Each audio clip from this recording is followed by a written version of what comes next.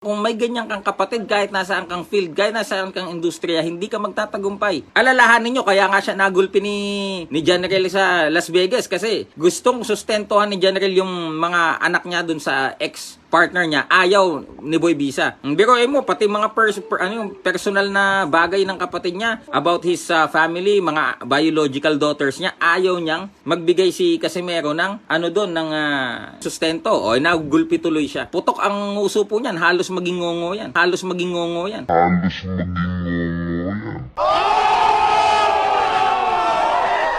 Mga kapenyo, tirahin na natin itong may init na issue ngayon. Pasok, intro! Hey yo, what's up sa inyo mga kapenyo? At today meron na naman tayo napaka-init na reaction video. Silver Boys TV, talagang hindi tinatantanan etong si Kuya Lods na kapatid nga ni Janrel Casimero. At sabi rin ni Silver Boys dito na talagang kayo na nga ang pinagbibigyan, kayo pa yung parang arugante sumagot. Sana man lang daw diplomasya siyang sumagot dito sa rebat niya kay SB at kay Sean Gibbons. At talagang sa sobrang init nga ni SB, kahit mismong personal na nung magkapatid ni Jason Casimero at neto ni Janrel Casimero na nangyari nga sa kanila sa US, inilabas na rin neto ni SB. Grabe talaga yung pasabog dito ni Silver Boys mga kapenyo. At kahit ako talagang nagugulantang sa mga sinasabi ngayon dito ni Silver Boys. Masyado na atang personalan etong alitan talaga ni Silver Boys at Jason Casimero.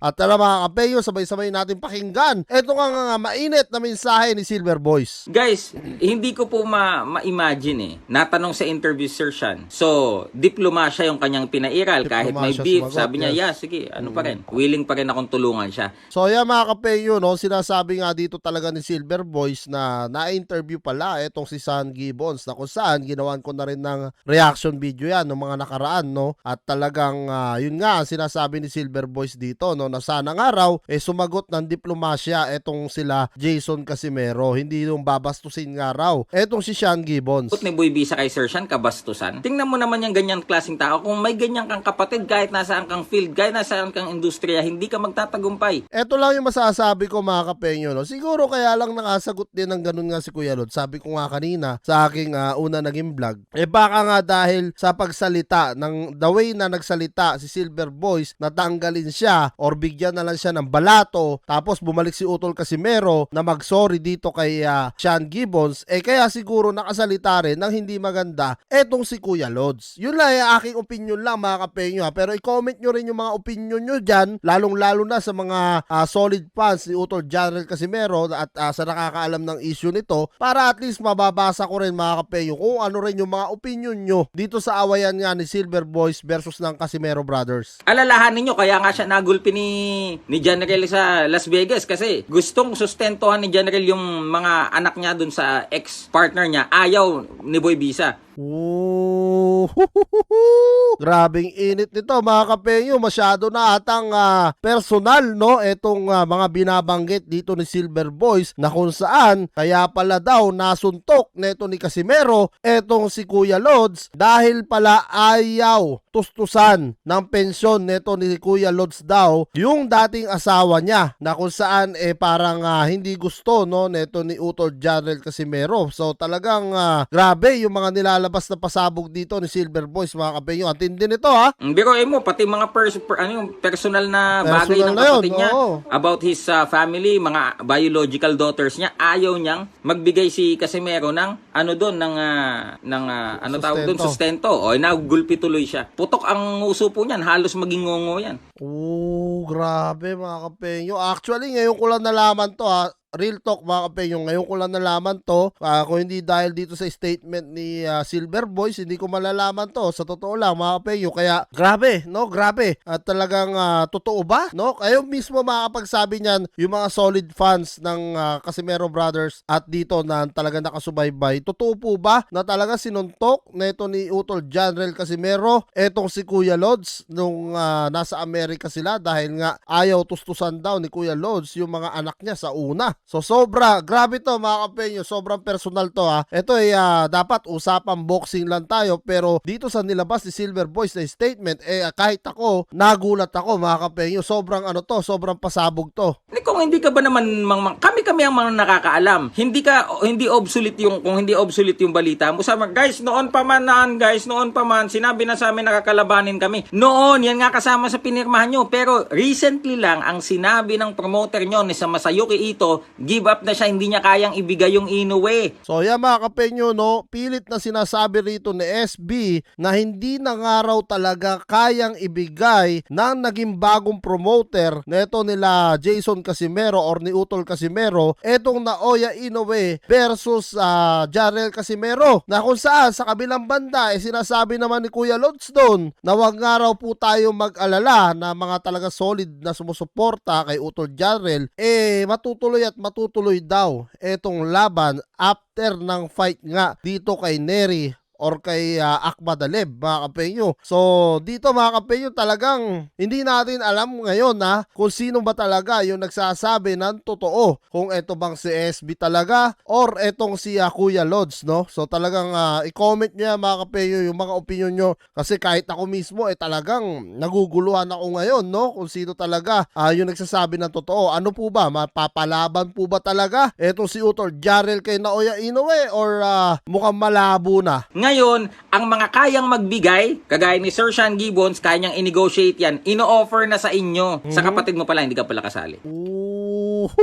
Grabe yung galit ni Silver Boys kay Kuya Lods talaga, no? Sa kapatid mo pala hindi ka kasali. Puta ragis, ang tindi ng galit niya talaga, no? Matindi malalim masyado yung kanilang awayan, kaya hindi tayo nakikialam diyan mga kapenyo. Basta tayo ginagawa po natin yung trabaho natin bilang isang reactionist, dahil both side, kung ano yung sinasabi ng isa at sinasabi ng isa, ginagawan lang po natin ng reaction at base po yun sa sarili kong opinion. Ngayon, dahil alam mong tatanggalin ka o magagaganyan ka, ibig sabihin, mas okay na sa'yo na ganyan ang kalagayan ng kapatid mo kaysa makakuha pa ng mga last mega fights bago man lang magretiro. So parang ang sinisisi talaga nila dito mga kapenyo ay si Kuya Lods. Pero kung ako tatanungin ito sarili ko ulit opinion, wala naman po ako nakikita kay Kuya Lods na pagkakamali. At pangalawa, okay naman yung kanyang pag-training dito kay Utol Jarrell Casimero. Sa katunayan nga, ito yung sinasabi ni Utol Casimero, no, na natalo na ba kami nung trainer ko etong si Jason Casimero. Sa totoo lang, hindi pa naman po sila talaga, no, na natatalo. Kaso sinasabi naman ni Silver Boys dito, talagang nung simula nga raw nag-training etong si Casimero dito kay Kuya Lods, boy hingal na nga raw ang tawag dito kay Utol Jarrell or kinakapos nga raw sa hangin. Di ba mga idol, sino ba naman, kung ako si Sir Sean diplomasya na pinapairal ko, tapos ganyan pa gagawin nyo, ganyan pa sasabihin mo, ano ba namang klase yan? So dito parang lumalabas mga kapenyo, no, talagang face to face na to, bastusan na talaga yung nangyayari rito, no? Bongliw Fishing TV, hinihila ni Jason si Tata pababa. Di ba mga kaibigan, yung opportunity, yung diplomasya, pinapairal na. Kahit man lang sana sumagot ka ng diplomasya o kaya don't talk on behalf of your brother. Let him talk for himself. Kasi ikaw talaga, sablay ka. Di ba?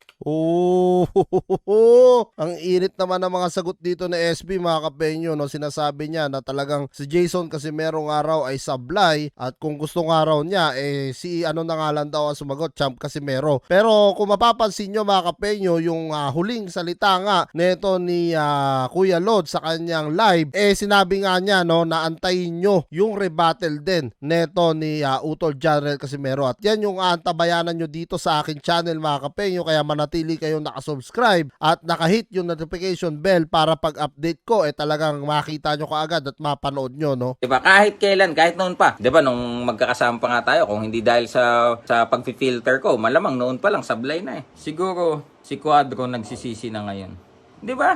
Guys, come to think of it, if you are a true boxing fan, if you really want to see that fight, dapat kayo mismo, talagang supporter nyo ako Kuya Bobs, tsaka Kangkong. Siguro, maikasa lang yan, di ba? Sige, makipagkompromiso ka. O, Kuya Bobs, maupo ka muna dun sa tabi. Di ba? Tumabi ka muna dyan, humingi ka na lang ng balato. Kasi ang Jason na yan, pabida yan. Pabida yan eh. Boy Bisa, takot maputbol. 'Di ba? Pabida yan. Siyempre gusto niya siya kuno yung tatawaging head trainer. Eh kung nakita naman yung performance nung ikaw humawak eh.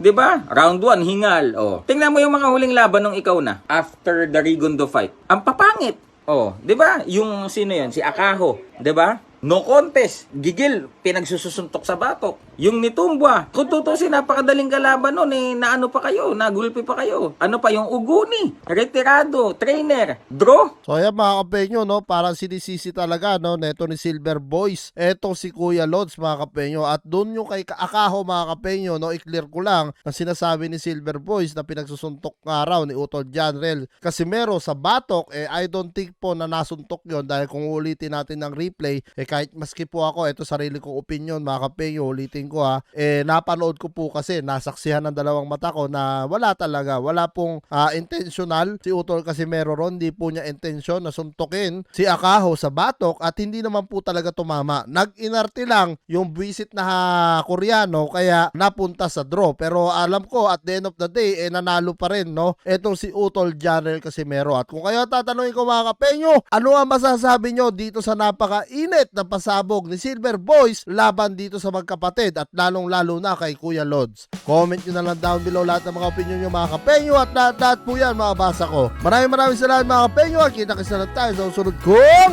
reaction videos.